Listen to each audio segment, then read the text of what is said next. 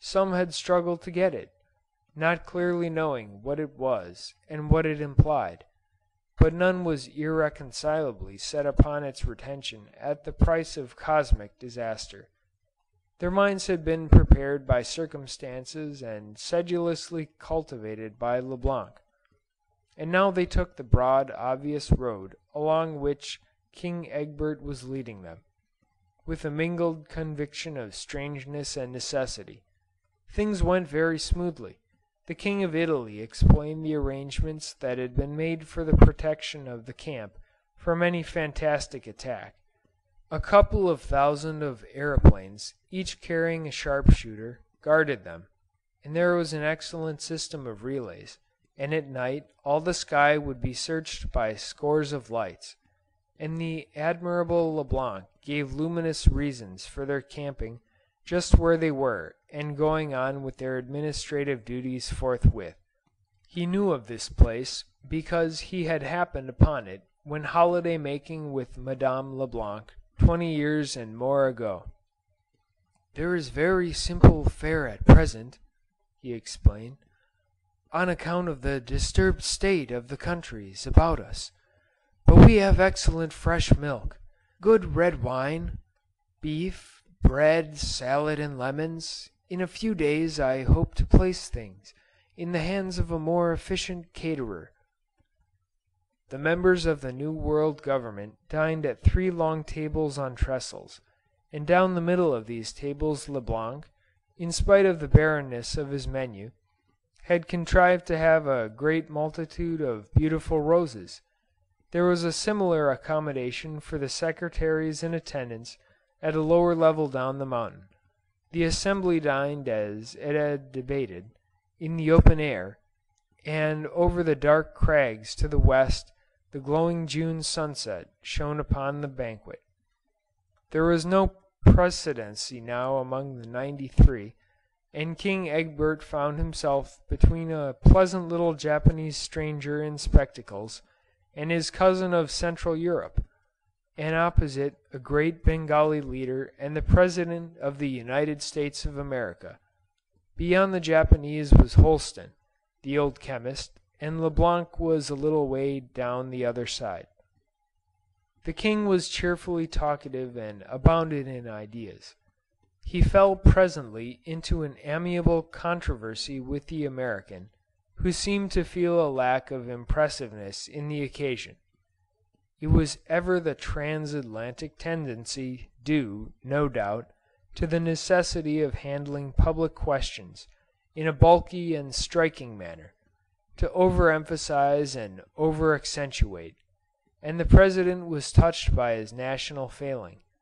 He suggested now that there should be a new era, starting from that day as the first day of the first year. The King demurred. "From this day forth, sir, man enters upon his heritage," said the American.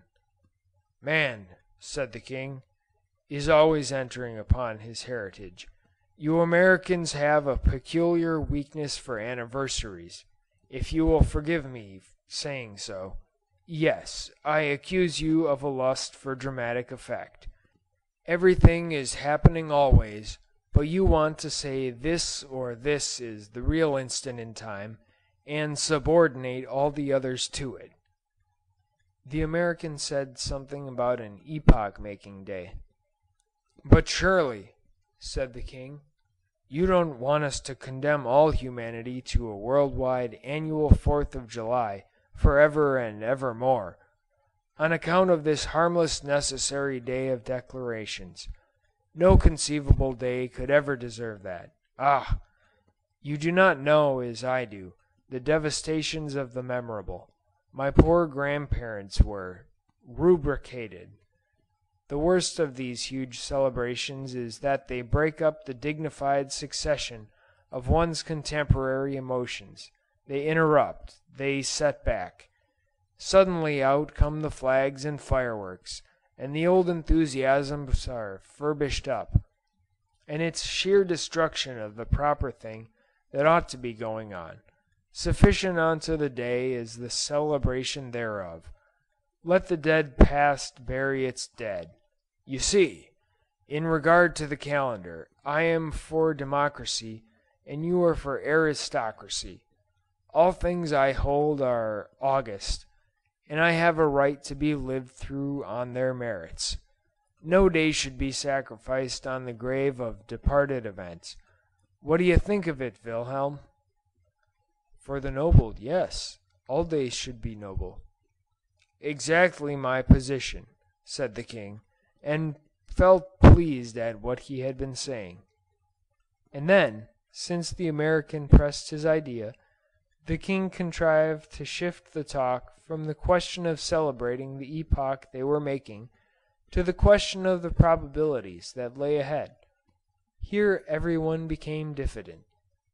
They could see the world unified and at peace, but what detail was to follow from that unification they seemed indisposed to discuss.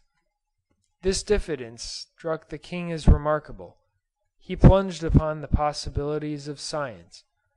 All the huge expenditure that had hitherto gone into unproductive naval and military preparations must now, he declared, place research upon new footing. "Where one man worked we will have 1,000," he appealed to Holsten. "We have only begun to peep into these possibilities," he said. "You at any rate have sounded the vaults of the treasure house."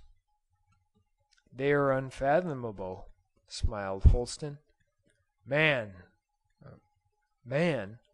said the American, with a manifest resolve to justify and reinstate himself after the flickering contradictions of the king, "man, I say, is only beginning to enter upon his heritage. Tell us some of the things you believe we shall presently learn. Give us an idea of the things we may presently do," said the king to Holsten. Holsten opened out the visas. "Science," the king cried presently, "is the new king of the world." "Our view," said the President, "is that sovereignty resides with the people." "No," said the king, "the sovereign is a being more subtle than that, and less arithmetical. Neither my family nor your emancipated people. It is something that floats about us, and above us, and through us. It is that common impersonal will and sense of necessity, of which science is the best understood and most typical aspect. It is the mind of the race. It is that which brought us here, which has bowed us all to its demands." He paused and glanced down the table at Leblanc, and then reopened at his former antagonist. "There is a disposition," said the king, "to regard this gathering as if it were actually doing what it appears to be doing, as if we 90-odd men of our own free will and wisdom were unifying the world. There is a temptation to consider ourselves exceptionally fine fellows, and masterful men, and all the rest of it. We are not. I doubt if we should average out as anything abler than any other casually selected body of 90-odd men. We are no creators. We are consequences. We are salvagers, or salvagees. The thing today is not ourselves, but the wind of conviction that has blown us hither." The American had to confess he could hardly agree with the king's estimate of their average. "Holster, perhaps, and one or two others, might lift us a little," the king conceded. "But the rest of us?" His eyes flitted once more towards Leblanc. "Look at Leblanc," he said. "He's just a simple soul. There are hundreds and thousands like him. I admit a certain dexterity, a certain lucidity, but there is not a country town in France where there is not a Leblanc or so to be found about 2 o'clock in its principal café. It's just that he isn't complicated or supermannish, or any of those things that has made all he has done possible. But in happier times, don't you think, Wilhelm